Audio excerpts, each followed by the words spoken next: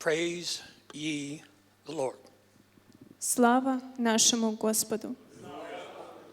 Praise ye the Lord. Слава нашему Господу! I stand before you heavy-hearted, Я стою перед вами с бременем на сердце. Last night was very difficult. Вечер вчерашний для меня был очень тяжелым. All night long I received reports. На протяжении всей ночи я получал отчеты. The second largest typhoon in history is sitting over the Philippines.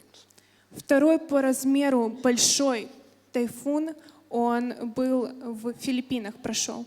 5 of our churches have already been destroyed.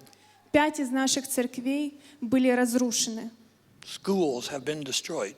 Были разрушены школы. Thousands of homes have been destroyed. Тысячи домов были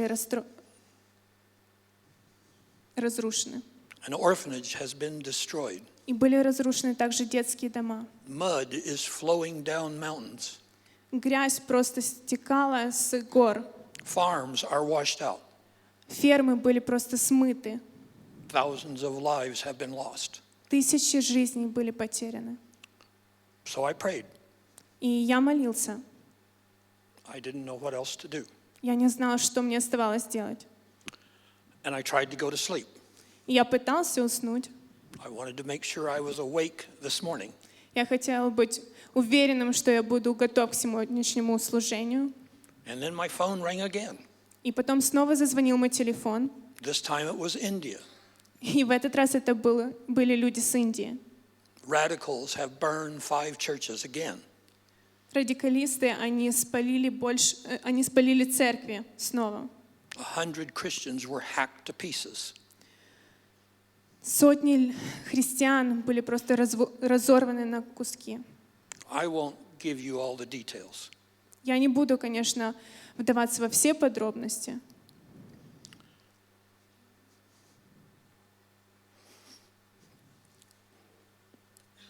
Last night, it felt like a life's work was being destroyed. Но прошлой ночью я почувствовал, будто работа всей моей жизни была разрушена. And then I began to rejoice. Но потом я возрадовался. Because it's not in my hands, it's in God's hands. Потому что это не в моих руках, это в Божьих руках. And because I was sleeping, trying to sleep in Boyarka, Ukraine. И потому что я пытался уснуть, будучи находясь в Боярке, в Украине. I was remembering 24 years in Ukraine. Я начал вспоминать 24 года, которые я провел в Украине. You see, I built churches in Lugansk. Видите ли, я строил церквя в Луганске, в Донецке. I built an orphanage. Я строил детские дома. I built a rehab center. Я строил реабилитационные центры. Today they are gravel. They are flat. They don't exist. И сегодня их не существует. I have seen it in Ukraine. Но я их видел в Украине. Perhaps it would help if I would explain why I'm here. Возможно, это поможет вам больше понять, почему сегодня я нахожусь здесь. I know that you know about refugees. Я знаю, что вам известно о беженцах. I'm finishing a book that began many years ago. Я пытаюсь закончить книгу, которую я начал писать много лет назад. So in the last few months, since Ukraine began to have refugees, I've been contacting large organizations, humanitarian organizations and church denominations. И за последнее время, с того момента, как начали происходить военные действия в Украине и появляться беженцы, я начал контактировать с многими благотворительными большими организациями и церквями. So each time I contact them, I say, "What are you doing in Ukraine?" И каждый раз, когда я с ними контактировал, я задавал вопрос: что вы делаете в Украине? And they tell me what they're doing in India.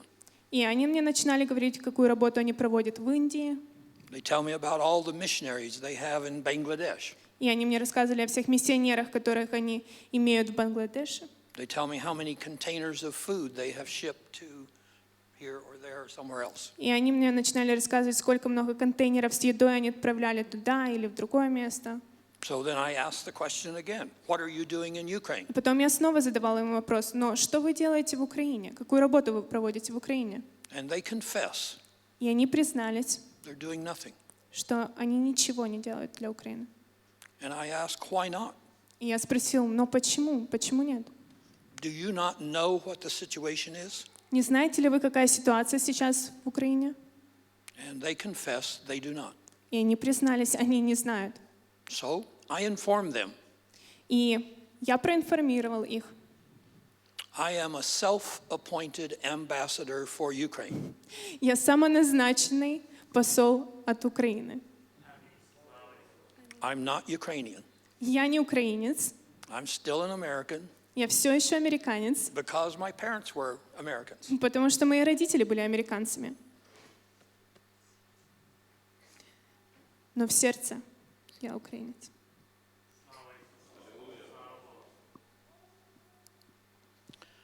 This morning I would like to talk to you about discipleship. В это утро я хочу поговорить с вами об ученичестве. Discipleship is a really nice word that floats around churches very often. Ученичество или наставничество – это очень хорошо известное всем слово, которое мы слышим в многих церквях. It's very similar to the word stewardship. Ученичество очень близкое по значению к слову наставничество. Are you aware that the Bible has 1,635 verses about stewardship? Известно ли вам, что в Библии есть больше 1,635. 035 стихов об ученичестве, наставничестве? It's the number one topic of the verses of the Bible.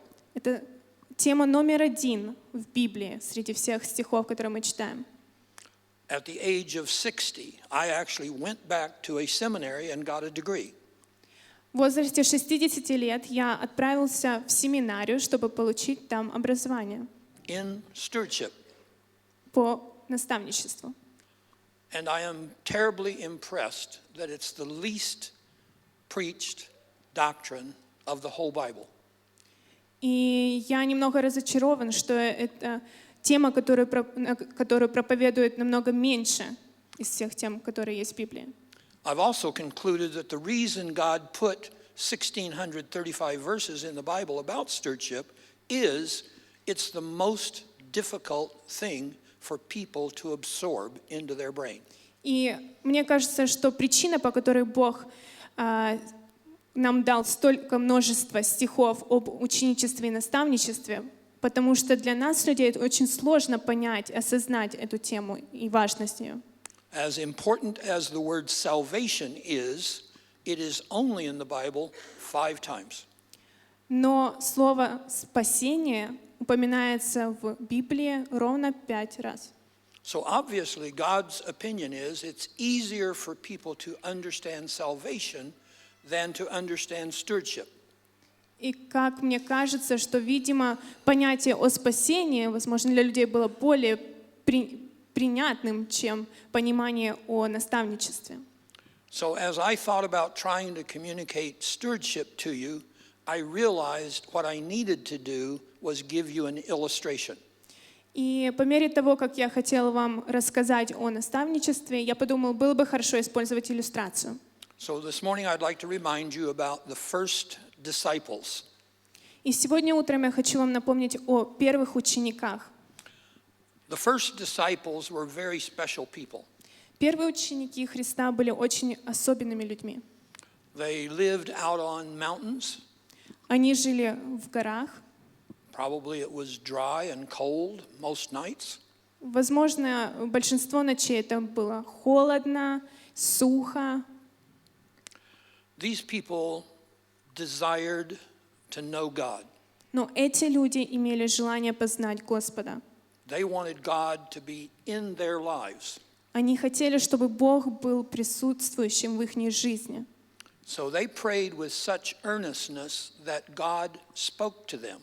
И они молились с такой настойчивостью, что Бог проговорил к ним. And the very important step number 1 for being a disciple is И самая первая вещь, которую нам нужно понять для того, чтобы быть учеником, это They made a commitment. Они посвятили себя. They decided, Они решили. I will say yes to saying yes. Они приняли решение сказать «да», на призыв Бога сказать «да». No matter what God asks of me, my answer will be yes. Вне зависимости от того, что Бог попросит меня сделать, мой ответ будет «да». No matter where God leads me, my answer is yes. Вне зависимости от того, куда Господь поведет меня, мой ответ будет «да». No matter what the food tastes like, my answer is yes. Вне зависимости от того, какая на вкус еда будет, мой ответ будет «да». No matter how many bicycles try to jam on one little road, the answer is yes. Вне зависимости от того, какое множество велосипедов пересечется на одной дороге, No matter how Я much time скажу it «да». takes, the answer is yes. вне зависимости от того, сколько потребуется времени на исполнение какой-либо задачи, я скажу «да». No matter what it costs me, the answer is yes. Вне зависимости от того, чего мне это будет стоить, мой ответ будет Господу «да».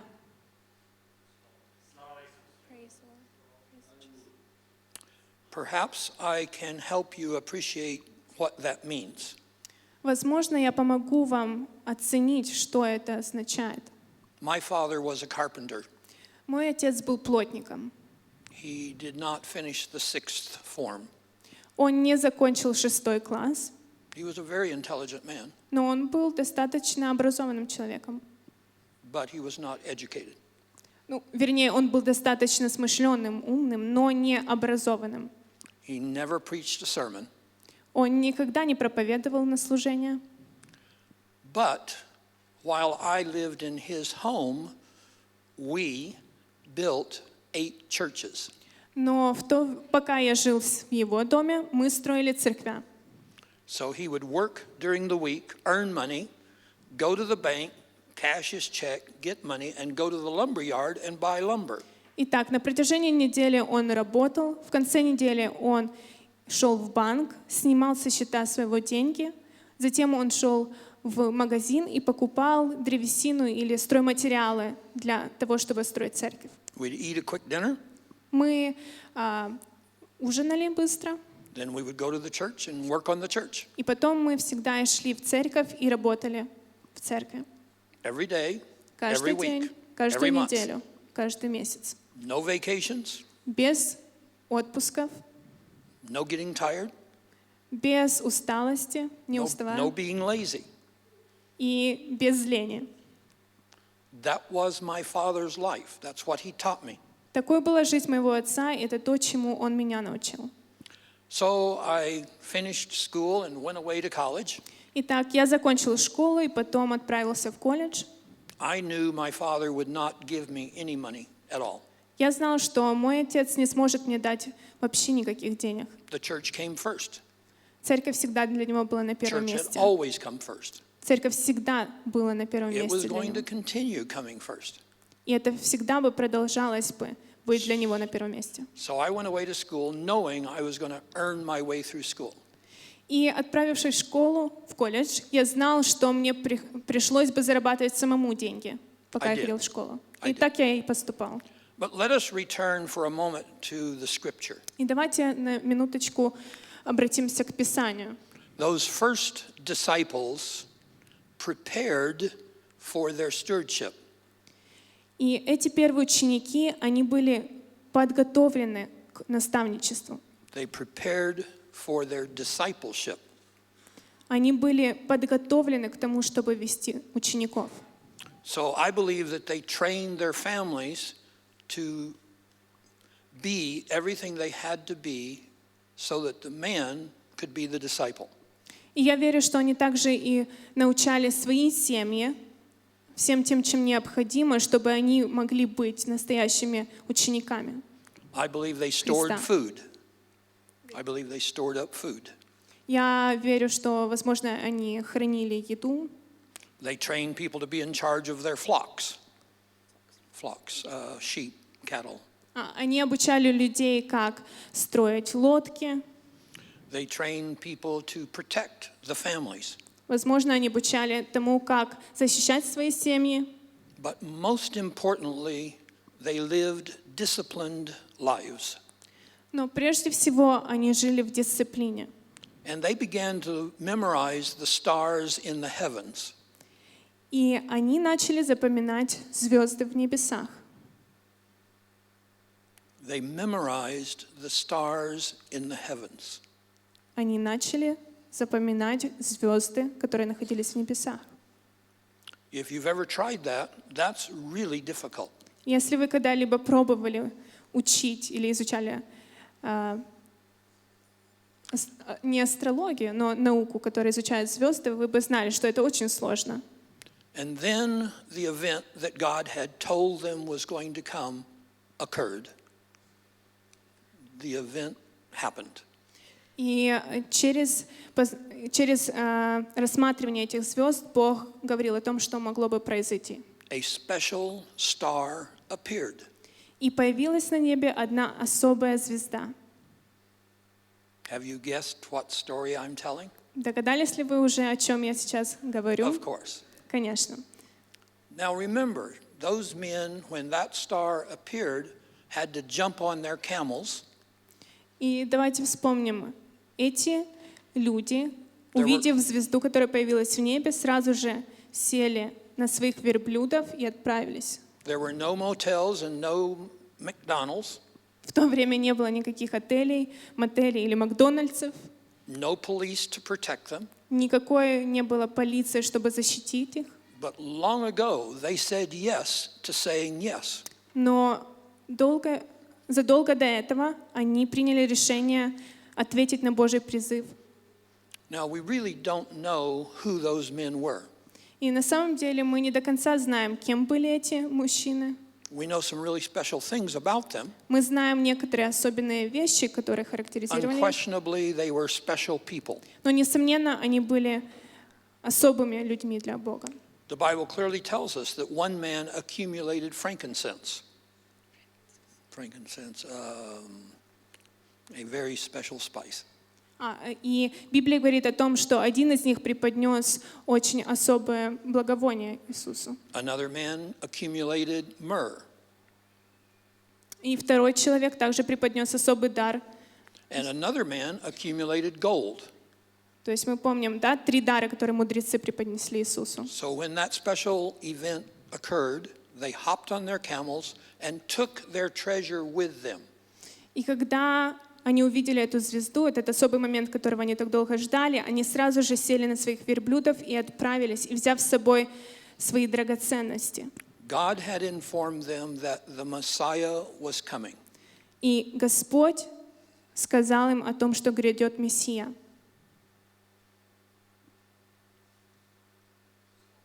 That is a hallelujah event. Это событие, на которое мы все можем сказать «Аллилуйя». They were the first 3 people to know that that event was going to occur. Они были одними из первых людей, которые знали о том, что это событие грядет. I believe they began to prepare for that event 35 years before it happened. Я верю, что они готовились к этому моменту за 35 лет до этого, до того, как Иисус пришел на землю. But in the name of time, I will make the story short. Но из-за того, что время сжатое, мне придется немного сделать короче эту историю. They had the privilege of kneeling at the feet of Jesus. У них была привилегия преклониться пред Иисусом Христом, Because of their obedience, потому что они были послушны, because of their preparation, потому что они были приготовлены, because of their study, потому что они были научены, они because of изучали, their sacrifice, потому что они жертвовали, because of their preparation. потому что они готовили себя к этому событию. And they had the privilege of kneeling И у них была привилегия преклониться перед самим Христом. I'm not sure how to explain to you what preparation prepares you to do. Я не совсем уверен, что могу объяснить, каким образом именно вам нужно себя готовить. For 24 years, I've had the privilege of coming to Ukraine. На протяжении 24 лет у меня была привилегия приезжать в Украину. I do not have an organization in back of me. I don't represent any church denomination. Как бы я не являюсь представителем никакой церковной деноминации. In the past, I worked for a large organization, but I right now don't work for a large organization. Как бы и не являюсь представителем одной из каких-то больших организаций. В прошлом я работал на них. But we come to Ukraine as the disciples came to the feet of Jesus. Но сейчас я приезжаю в Украину, как когда-то эти ученики, мудрецы, приехали и преклонились перед коленями, преклонились перед Христом. It's simply a matter of obedience. Все очень просто. Это вопрос послушания Господу. I am here this time because you have refugees. И в этот раз я нахожусь здесь, потому что здесь есть беженцы. I am starting little businesses. Я начинаю разрабатывать маленькие бизнесы, And those businesses employ refugees. и этот бизнес включает в себя то, что мы нанимаем беженцев. And by employing them, they feed their families. И благодаря тому, что мы предоставляем им работу, они могут прокармливать свои семьи. By employing them, they produce products that you all need. Принимая их на работу, они могут воспроизводить продукты, в которых все мы нуждаемся. By employing them, I say to them, you are loved. И когда мы принимаем на работу, я говорю каждому из них, что вы возлюблены. I only use words when necessary. Я использую такие слова только когда это необходимо. I believe that behavior speaks much more loudly. И я верю, что, конечно же, наша жизнь, наши действия не говорят намного громче, чем наши слова. But let us go back to the story from the Bible. Но давайте вернемся к истории в Библии. Those three first disciples Эти три первых ученика fulfilled God's command on their life and laid their treasure at the feet of Jesus. исполнили Божий призыв в их жизни, и они преподнесли драгоценности Христу. I think they went away rejoicing.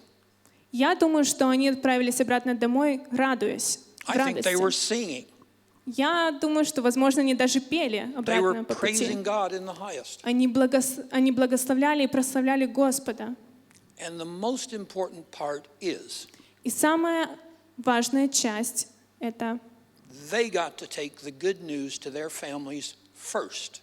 они были первыми, кто сообщили радостную весть своим семьям. 30 years before anybody else heard the good news, their families got the good news.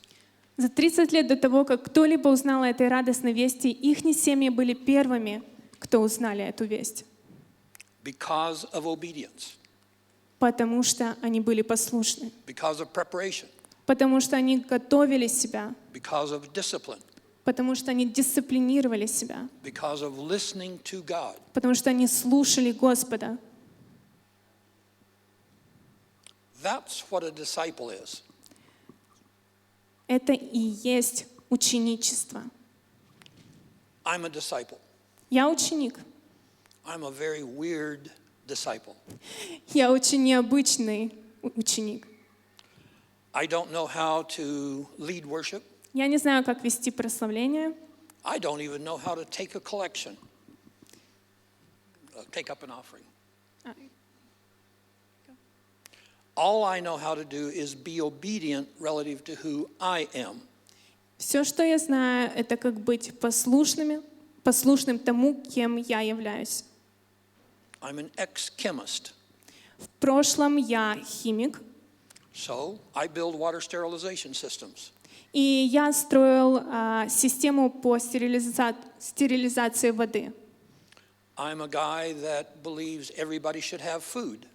Я тот человек, который верит, что каждый должен иметь еду, пропитание. So at a time when Ukraine was struggling, I brought seeds to Ukraine. И в то время, когда в Украине было сложное время, я привозил семена в Украину. I had great joy watching teenage boys and girls plant tomato seeds. И мне приносило большую радость наблюдать за тем, как молодые девушки и парни, они садили эти семена. With their seeds, they fed tens of thousands of people. И благодаря этим семенам они могли прокормить тысячи человек, десятки тысяч. So the story continues today. И эта история продолжается и по сегодняшний день. I like to think that I'm a disciple. Мне нравится думать то, что воспринимать себя как ученик. Last night, Прошлой ночью I made another commitment. я посвятил себя снова. Now I have to go to Philippines. Я дал новое обещание, потому что я поеду в Филиппины. We will rebuild churches. Мы восстановим церквя. We'll put tools in the hands of people that rebuild houses. Мы дадим инструменты людям, чтобы они могли восстанавливать свои дома. Undoubtedly, we'll gather up children and create an orphanage. Без сомнения, мы соберем всех детей и восстановим детские дома. I don't know what's in your life. Я не знаю, что происходит в вашей жизни. I know that every day that you live, you see opportunities to be a disciple.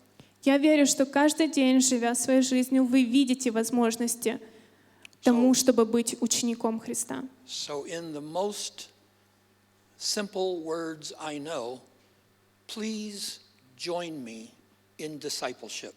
И, используя самые простые слова, я хочу вам сказать, пожалуйста, присоединяйтесь ко мне в ученичестве. Please join me. Пожалуйста, присоединяйтесь ко мне. I want you to have the same joy that I have had. Я хочу, чтобы вы имели ту же радость, которую имею я. I want you to have the same joy I have this trip. Я хочу, чтобы вы переживали ту же радость, которую я переживаю в этой поездке. I want you to have a reason to get up each morning. Я хочу, чтобы у вас была причина, по которой вы просыпаетесь каждое утро. Now, praise ye the Lord. И сейчас я хочу воздать славу Господу. Слава Господу! Amen.